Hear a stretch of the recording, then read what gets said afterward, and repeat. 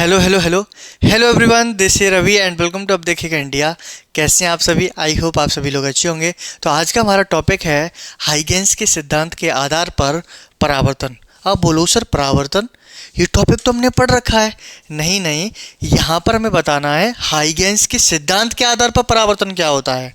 Huygens का सिद्धांत। अभी हाइगेंस का सिद्धांत क्या है, पहले थोड़ा हमें इसे जानना पड़ेगा। जैसे मैं थोड़ा मोटा मोटा बताऊं, हाइगेंस ने बोला कि जो लाइट है, जो प्रकाश है, वो तरंगाग्र के रूप में आगे बढ़ता है, यानी वेव फ्रंट के रूप में आगे बढ़ता है। तरंगाग्र क्या होता है, पूरा माजरा क्या है, इसके बारे में डिटेल में बात करेंगे। तो पहले थोड़ा ये समझ लेते हैं, ठीक है। एक पॉइंट, जैसे आपने परावर्तन का पहला नियम पढ़ा होगा, क्या कहता है? आपतन कोण परावर्तन कोण के बराबर होता है। पढ़ा है? बिल्कुल। यही बात को हाइगेंस ने अपने अकॉर्डिंग प्रूव किया है अलग तरीके से। वो हमें आज के इस लेक्चर के अंदर करने वाले हैं। अगर मैं बात करूं, हाइगेंस ने परावर्तन को ही नहीं, इसका एक बड़ा भाई है अपवर्तन, उसके बारे में भी इन्होंने किया है। तो इसके दूसरे वाले लेक्चर के अंदर, है ना, इस सीरीज के दूसरे वाले लेक्चर के अंदर हम अपवर्तन के बारे में बात कर रहे होंगे। ओके, हाँ। अगर मैं एग्जाम की दृष्टि से अगर मैं दोनों क्वेश्चंस को देखूं, तो दोनों में से कोई एक आता है, और वो भी आएगा आपका 5 नंबर का। तो हम कह सकते हैं मोस्ट इम्पोर्टेंट क्वेश्चन है भाई ये। तो अच्छी तरह से हमें देखना पड़ेगा। ओके, 5 नंबर का सवाल है, तो अच्छे से देखना है। हाँ जी, चलिए आते हैं टॉपिक पर। तो आज का हमारा टॉपिक है explanation of reflection on the basis of Huygens principle. इसके अंदर कुछ भी नहीं है, सिर्फ यहाँ पर जो है वो डायग्राम है। अगर आप इसके डायग्राम को अच्छे समझ लेते हैं तो 5 नंबर पक्के हैं। इसमें लिखने को कुछ भी नहीं है, सिर्फ डायग्राम को समझना है। इसीलिए मैं इसे धीरे धीरे कराऊंगा, एक एक स्टेप देखते चलेंगे। ओके, हाँ जी। चलिए, तो सबसे पहले हमें बनाना होगा एक परावर्तक पृष्ठ।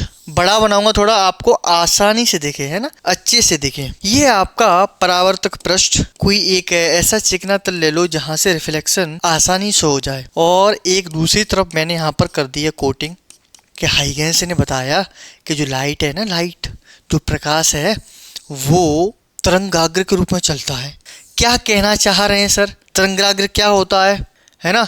और जिसको नहीं पता है तो भाई नहीं पता है तो नहीं पता है उसको, तो थोड़ा सा हमें फिर बताना पड़ेगा। ये एक तरंगाग्र मैंने यहाँ पर खींचा इस पॉइंट पर। अब बोलोगे सर ऐसे मज़ा नहीं आएगा, आप पहले हमें तरंगाग्र के बारे में बताइए, तभी हम आगे पढ़ेंगे। अन्यथा स्थिति हमें तो कुछ पता ही नहीं चलेगा। तरंगाग्र क्या होता है, आपने लाइन खींची है सिर्फ, ठीक है, मैं बता रहा हूँ। पहले हम तरंगाग्र के बारे में थोड़ा सा डिटेल में बात करते हैं, जिससे आपको आसानी से हो जाए। जैसे अगर मैं तरंगाग्र को आसान भाषा में अगर मैं आपको समझाऊं, सुनना। जैसे हाइगेंस ने बताया कि लाइट जब किसी मीडियम में आती है तो मीडियम के पार्टिकल्स वाइब्रेट करने लगते हैं।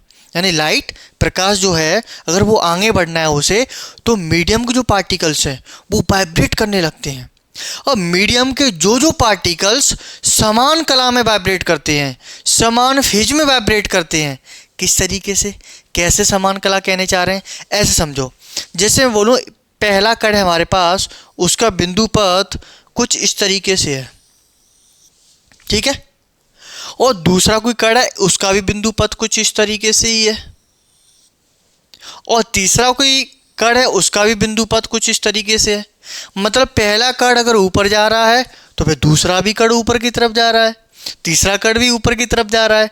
और पहला कण नीचे की तरफ जा रहा है तो फिर दूसरा भी नीचे की तरफ जा रहा है, देखिए, है ना। और तीसरा देख रहे हैं तो वो भी नीचे की तरफ जा रहा है। यहाँ पर हम देख पा रहे हैं कि उच्चिष्ट उच्चिष्ट उच्चिष्ट और निम्निष्ट निम्निष्ट निम्निष्ट, उच्चिष्ट उच्चिष्ट उच्चिष्ट, निम्निष्ट निम्न निम्निष्ट। तो इस कंडीशन को हम बोलते हैं समान कला में या फिर समान फेज में, ठीक है। जो समान कला में होते हैं, और तो समान कला के जो बिंदु पथ हैं उनको आप मिला दीजिए, वही आपका बन जाता है तरंगाग्र, जो बच्चों का सबसे कंफ्यूजन टॉपिक है। इंग्लिश में बोलते हैं वेव फ्रंट। बताइए, आया समझ में? इसको बोलते हैं तरंगाग्र। दोबारा से बताऊं, आ गया होगा। हाँ, एक और एग्जांपल लेते हैं। जैसे मैं बोलूँ कि मेरे पास ये कोई एक लाइट स्रोत है ना, इसमें से प्रकाश निकल रहा है भाई। अब इसमें से निकल रहा होगा तो मैं कुछ इस तरीके से बोल रहा हूँ कि ऐसे करके कुछ इसमें से तरंगें निकल रही हैं, ऐसे करके ये गया, और ऐसे करके मैनेज करना। अब यहाँ पर आप लोग देखेंगे कि देखो ये पॉइंट, ये पॉइंट, ये पॉइंट, ये पॉइंट, ये निम्निष्ठ, ये निम्निष्ठ, निम्न, तो ये तीनों, ये इन पॉइंट को मिलाइए तो ये आपका क्या बन जाता है, तरंगाग्र बन जाता है। ठीक है, अब इसी में एक चीज़ समझना है। जैसे हमने बोला ये प्रथम हमारा तरंगाग्र है, कौन सा है आपका, प्रथम, तो ये वाला कौन सा होगा, आप बोलो सर द्वितीय होगा। फिर ये वाला कौन सा होगा, ये वाला कौन सा होगा, आप बोलो सर तृतीय होगा। नहीं नहीं नहीं, ये तृतीय तरंगाग्र नहीं होगा। ध्यान रखना, पहले वाला पॉइंट दूसरे वाले का निर्माण करता है, पहले वाला दूसरे का, पहले वाला दूसरे का, पहले वाला दूसरे का, और दूसरे वाला पहले वाले का निर्माण करता है। इसमें पहला दूसरा, फिर पहला, फिर दूसरा, फिर पहला, फिर दूसरा, ऐसे ही बनते चले जाते हैं, और ये एक लाइट है वो आगे की तरफ बढ़ती चली जाती है। आया समझ में। हाँ, और तरंगाग्र जो होते हैं वो कई प्रकार के होते हैं, जैसे सिलेंडर के आकार के भी होते हैं, प्लेन वेव फ्रंट भी होते हैं, है ना, बहुत सारे, है ना, और गोलाकार भी होते हैं। हाँ, और एक चीज़ और बताएं, जैसे अगर हम बात करें, यहाँ पर मेरे पास कोई स्पेरिकल शेप में कोई एक स्रोत है जहाँ से लाइट निकल रही है। अब जैसे जैसे इसमें दूरी बढ़ती है, दूरी बढ़ने का क्या मतलब कह रहे हैं सर, ऐसे समझो जैसे ये यहाँ पर स्रोत रखा है, अब ये लाइट यहाँ पर जा रही है इसके अंदर से, तो मैं यहाँ पर देख पा रहा हूँ कि यहाँ पर ये थोड़ा सा गोल है, फिर इससे कम गोल ये है, फिर इससे कम ये ऐसा झुका हुआ है ना, उसकी बात कर रहा हूँ, यहाँ पे कम है। जैसे दूरी बढ़ती है तो ये झुकाव भी कम होता चला जाता है। तो ऐसे मैं यहाँ पे कहना चाह रहा हूँ, जैसे सन है, सन बहुत दूर है ना, वहाँ से लाइट आ रही है, कहाँ पे आ रही है, जैसे मैं मान के चल रहा हूँ कि ये मैंने लाइट कहाँ पे ली, ये हमने ये लाइट ली है कहाँ पर, ये परावर्तक पृष्ठ पे ली है ना, कहाँ पे ली हमने ये लाइट, यहाँ पे ली, परावर्तक पृष्ठ पे ये सन से लाइट एक आ रही है। तो बच्चों सन कहाँ पर है, बहुत दूर है, वहाँ से लाइट आएगी तो ध्यान रखना जो तरंगाग्र बनेगा वो समतल बनता है ना। मैंने अभी बोला दूरी बढ़ने पर जो उसका जो शेप होता है ना गोल वाला, वो प्लेन हो जाता है। ठीक है, इस वजह से मैंने यहाँ पर ये समतल यानी तरंगाग्र यहाँ पे खींचा है। तो आप मान सकते हैं कि इसके अंदर ये क्या है बेटा, ये आपकी प्रकाश है ना, प्रकाश की दो कड़ें मैंने यहाँ पर ली हैं, ये प्रकाश कड़ें यहाँ पे आ रही हैं। तो ध्यान रखना हर पॉइंट पे ऐसे तरंगाग्र होंगे, ध्यान रखना हर पॉइंट पे तरंगाग्र होंगे। ठीक है, हाँ, तो ये मैंने पहला एक तरंगाग्र बना दिया है, और ये आती हुई प्रकाश किरणों से तरंगाग्र बना है, तो इस वजह से इसका नाम हो जाएगा आपतित तरंगाग्र। ओके, क्या होगा, आपतित तरंगाग्र, इसका नाम क्या हो जाएगा, आपतित तरंगाग्र या फिर वेव फ्रंट। वेव फ्रंट, यहाँ पर मैंने दो प्रकाश किरण लिए हैं। अब इसके अंदर ये खाली जगह है वो क्या है, इसके अंदर भी प्रकाश किरण होंगी, ध्यान रखना। ठीक है, हाँ, हम बात कर रहे हैं दो की, क्योंकि हमें यहाँ पर कैलकुलेशन थोड़ी सी करनी है। कैलकुलेशन कुछ भी नहीं, सिर्फ दिखाना है मुझे आपको। ठीक है, हाँ जी। अब यहाँ से शुरू होता है थोड़ा सा, अब देखना, जैसे मैं आपसे बोलूँ कि ये प्रकाश किरण आगे जा सकती है यहाँ तक, क्योंकि तरंगाग्री तो है, तो ये आगे जा सकती है। क्या ये वाली जो प्रकाश आया है क्या ये आगे जा सकता है, नहीं जाएगा, क्योंकि ये टकरा गया किससे, एक चिकनी तल से, तो यहाँ से रिफ्लेक्ट होगा।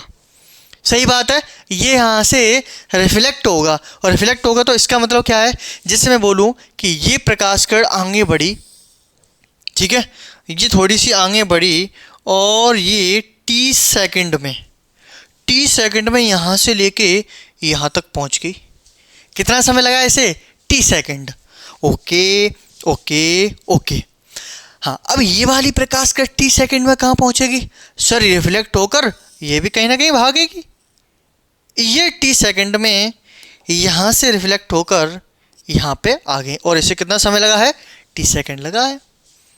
ये प्रकाश किरण यहाँ से यहाँ पहुँची, और ये वाली प्रकाश किरण यहाँ से यहाँ पहुँच गई। ठीक है, हाँ, अब यहाँ पर मैंने अभी बोला कि प्रकाश के हर पॉइंट पर तरंगाग्र होता है।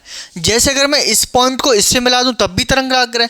अब जैसे मैं बोल रहा हूँ कि ये लाइट एंड पे यहाँ पे पहुँची और ये वाली लाइट यहाँ पे पहुँची, अगर मैं इस दोनों पॉइंट को मिला दूं तो बच्चे ये तरंगाग्र नहीं होगा क्या? बिल्कुल होगा, यही बात मैं करने जा रहा हूँ। तो यहाँ पर मैं एक परावर्तित तरंगाग्र और बना देता हूँ, क्योंकि ये रिफ्लेक्शन के बाद मिल रही है ना।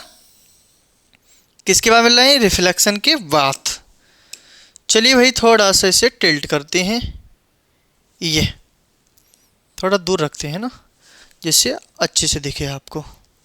ये मैंने कोई एक और तरंगाग्र यहाँ पे खींच दिया है, ऐसे करके इस पॉइंट पर एक तरंगाग्र मैंने और खींचा। इसमें किसी को प्रॉब्लम तो नहीं है? मेरे हिसाब से नहीं होनी चाहिए। हाँ, अब बेटा यहाँ पर प्रकाश किरण ये वाली जो है वो कहाँ पे जाएगी बताओ? ये कहाँ पे जाएगी अब? सर ये रिफ्लेक्ट होकर ये कुछ इस तरीके से चली जाएगी। हाँ, सिंपल सी बात है।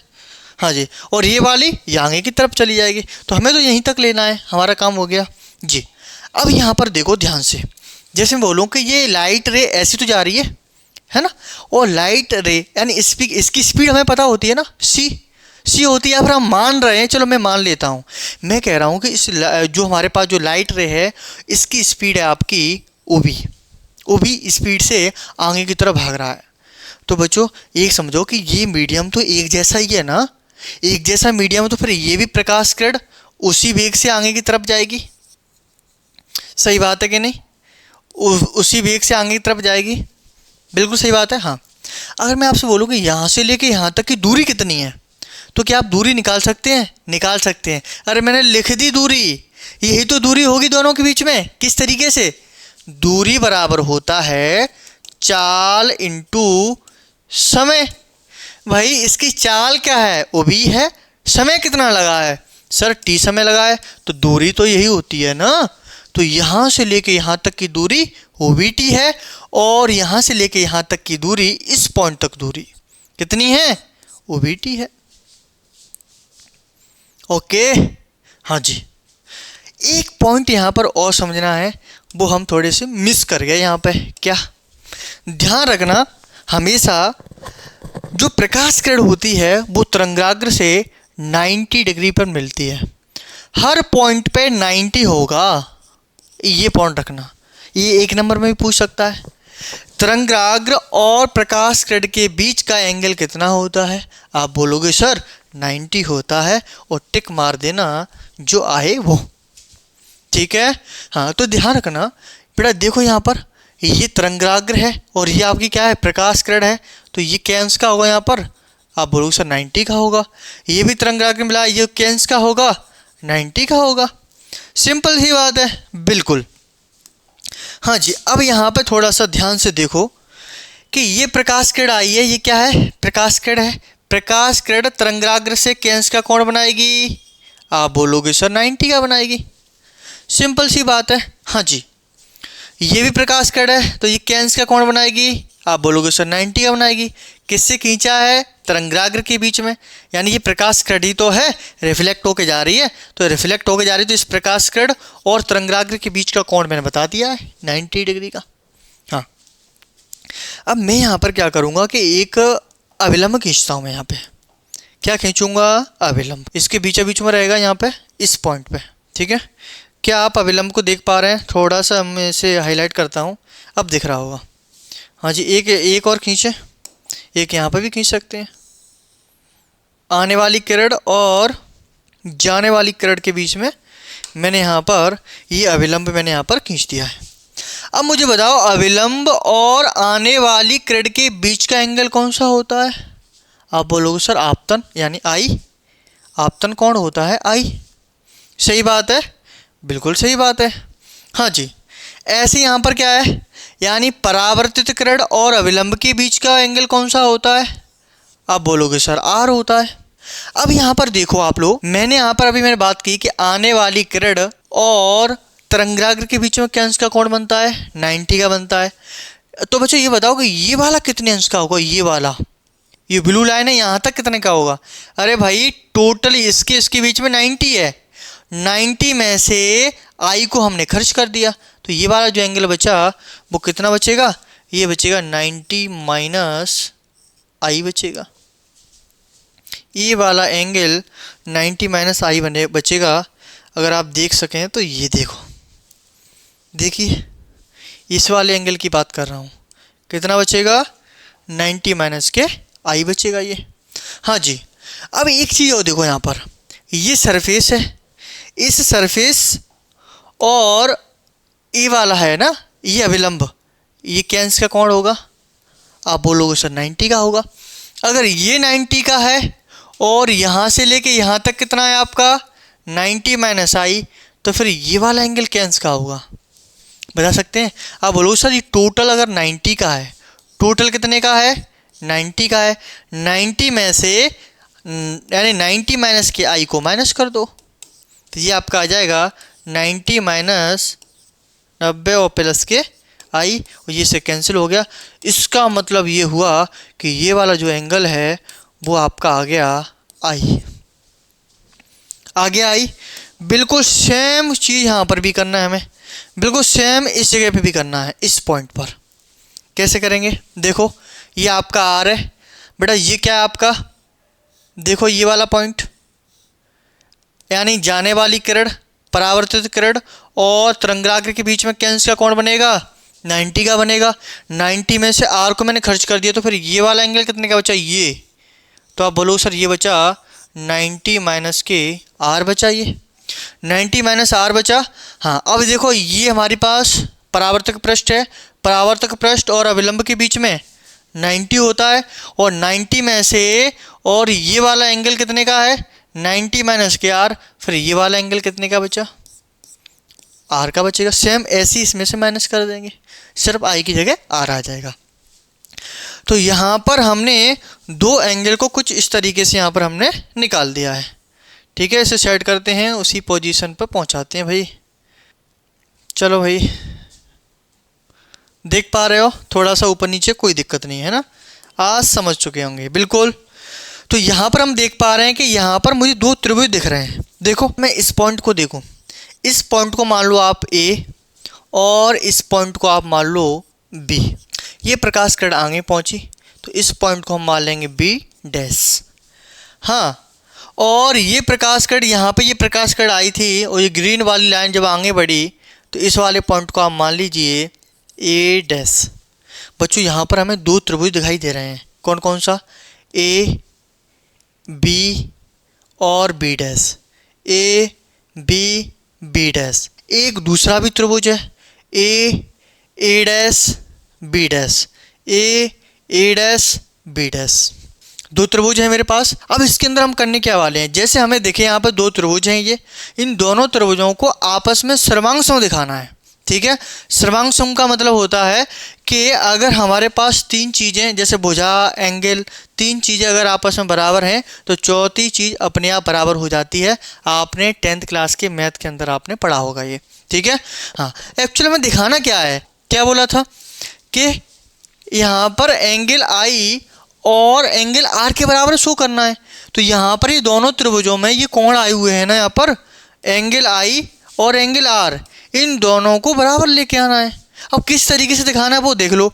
यहाँ पर दो त्रिभुज आ रहे हैं, पहला त्रिभुज है आपका ए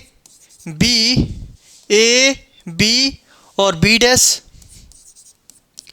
दूसरा त्रिभुज क्या है, A dash B dash, A dash B dash.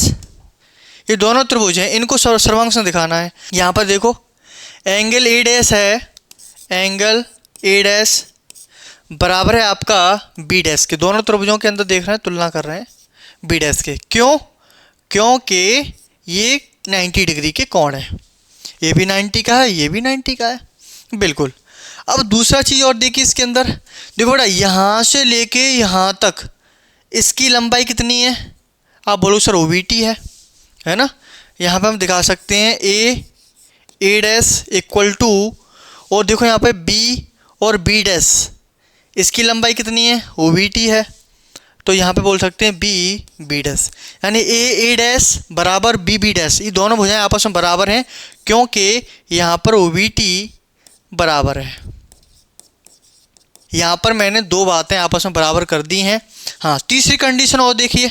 तीसरी कंडीशन में देखिए कि दोनों जो त्रिभुज बने हैं हमारे, दोनों त्रिभुजों के लिए ए वाली जो लाइन है यहाँ से लेके ये दोनों त्रिभुजों के लिए कॉमन लाइन है। तो मैं यहाँ पे कह सकता हूँ ए बी डैश और ए बी डैश कैसी लाइन है ये आपकी उभयनिष्ठ कह सकते हैं, कॉमन लाइन है। कॉमन है तो आपस में दोनों बराबर हो जाएंगी।